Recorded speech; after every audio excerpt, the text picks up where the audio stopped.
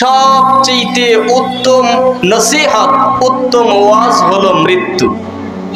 এই যে আমি আপনাদের সম্মুখে বয়ান করছি না, এর চাইতে সবচেয়ে উত্তম বয়ান যদি আমার এখানে শেষ নিঃশ্বাস বের হয়ে যায়, আমি যদি এখানে মারা যাই, আপনারা আমার বয়ানে যতটুকু পরিবর্তন না হবেন, আমার মারা যাওয়ায় তার চেয়ে বেশি পরিবর্তন হবেন। কথা বলেন ঠিক কিনা?